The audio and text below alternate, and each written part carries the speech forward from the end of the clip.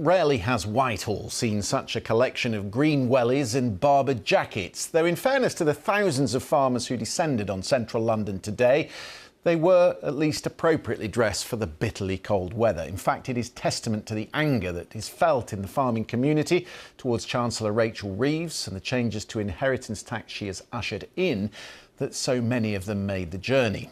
The changes, which will be introduced from April 2025, will mean that farmers with agricultural assets over £1 million will in future pay 20% inheritance tax as they pass farms on to the next generation. The government estimates that will raise around £520 million a year for the Treasury by 2030. Those representing farmers worry it will impact up to 70,000 UK farms. The Treasury estimates that only around 500 will end up paying any tax at all. Huge discrepancy between the two sides. Our political editor, Chris Mason, was watching the protests. Harvesting an argument, big and small. The essence of this, say the farmers in Westminster today, the next generation, and this. We've got to change this so that we can pass it down to our daughter and our son so that they can farm or have the opportunity to farm if they want to in the future. Daughter Evelyn in tow, mum and dad Laura and Robin farm in Nottinghamshire. That's what it's all about at the end of the day. We're not here to earn money, we're here to pass down. To sceptics, though, that is seeking to preserve wealth which others can't. Morning, I'm Chris from the BBC. How angry are you? Fairly angry. I can't say because some words might come out of my mouth that you don't want to hear. Your debut as a protest, and here you are at the gates of Downing Street. Yes. I think they should be climbing them, don't you? Are you tempted? I would if I was 20 years younger, I probably would. At the same time, down the road, the National Farmers Union rings its members in for a rallying call. I grab a word with the union's president. Mr Bradshaw, why should farmers be an exception? Others have to pay inheritance tax, why shouldn't you? Unfortunately, the margins we're making from food production are just so low. On average, it's about a 0.5% return on capital. The sense of betrayal, it's not going away. And how might that step up? Should people be fearful of food not being on the shelves? I really hope not. We don't want... hope not? We don't want our consumers to bear the brunt of this. This is an issue with an ill-thought-through government policy. You're not saying no, though. People will worry about that. I want to be working with the government on delivering the food security agenda. Richard's a dairy farmer in Gloucestershire, wearing an argument of the heart as well as a colourful jacket. My farm, our family started farming there in 1822, and my 13-year-old son was with me. He was with me, milking with me on Saturday morning. I'm sorry, That's all right. It's just, I'm part of a long chain that I don't want to see broken. Back outside, opposition politicians are revealing whose side they're on. This policy is cruel, it is unfair, and it is going to destroy farming as we know it. You are feeding our families and you're struggling to feed your own. That is just so wrong. As for the Prime Minister, the man himself's not here. He's meeting world leaders in Brazil.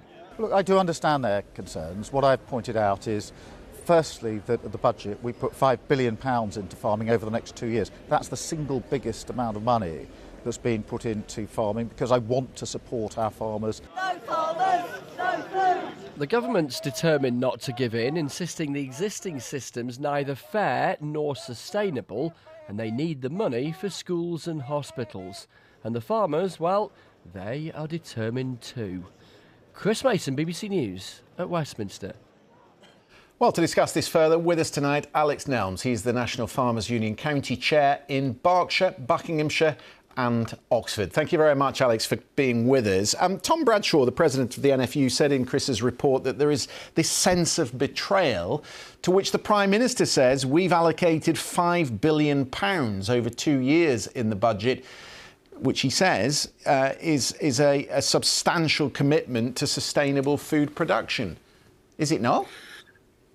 The trouble is, the promise made to farmers was that this agricultural property relief, that inheritance taxes were not on the table or not being looked at, made by the then DEFRA Shadow Secretary Steve Reed. And so the betrayal comes because, now it's in the budget, that's a change from what was said privately and publicly in the past. So you're talking about a meeting you went to last year with the NFU in which he categorically said that they wouldn't change the terms. With the NFU, with the CLA, with farming lobbying organisations, and who would then refer that message back to their members. So that's been shared with farmers, and so that's why that's why emotions are running high. One of the banners I saw today on the march was the final straw, and I wondered if that is actually the point here, that it's not per se this policy specifically, it's a long litany of policies which haven't supported farmers and the food producers in our country. Yeah, I'd say that's a very accurate summation. The trouble is that I think really farming has been let down by successive governments who haven't perhaps understood the challenges of growing food in this country.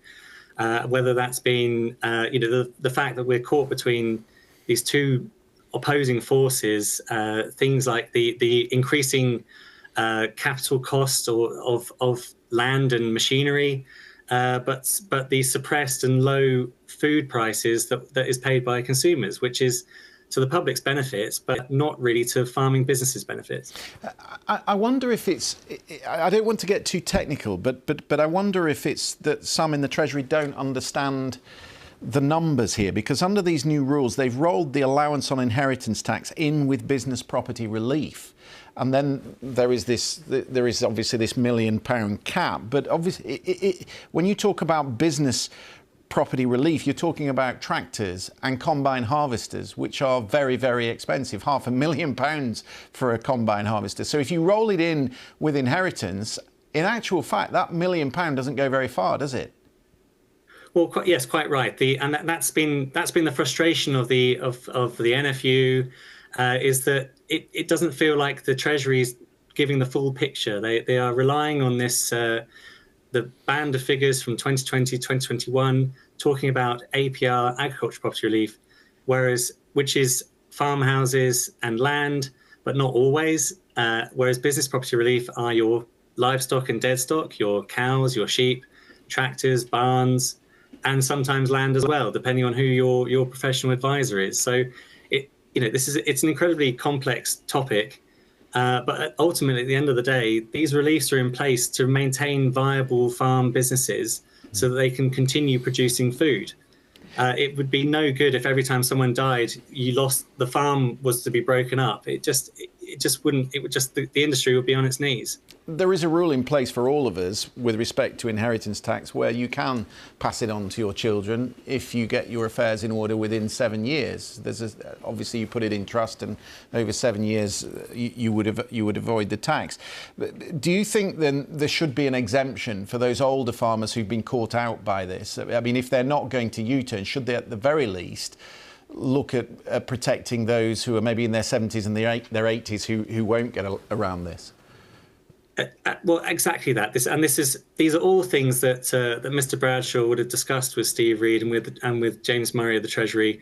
All these sort of options are what we should be looking at, and what the NFU would like to constructively, contribute towards thinking about and providing data to help that discussion, because that is again why we are the farming community are up in arms, because it will absolutely clobber.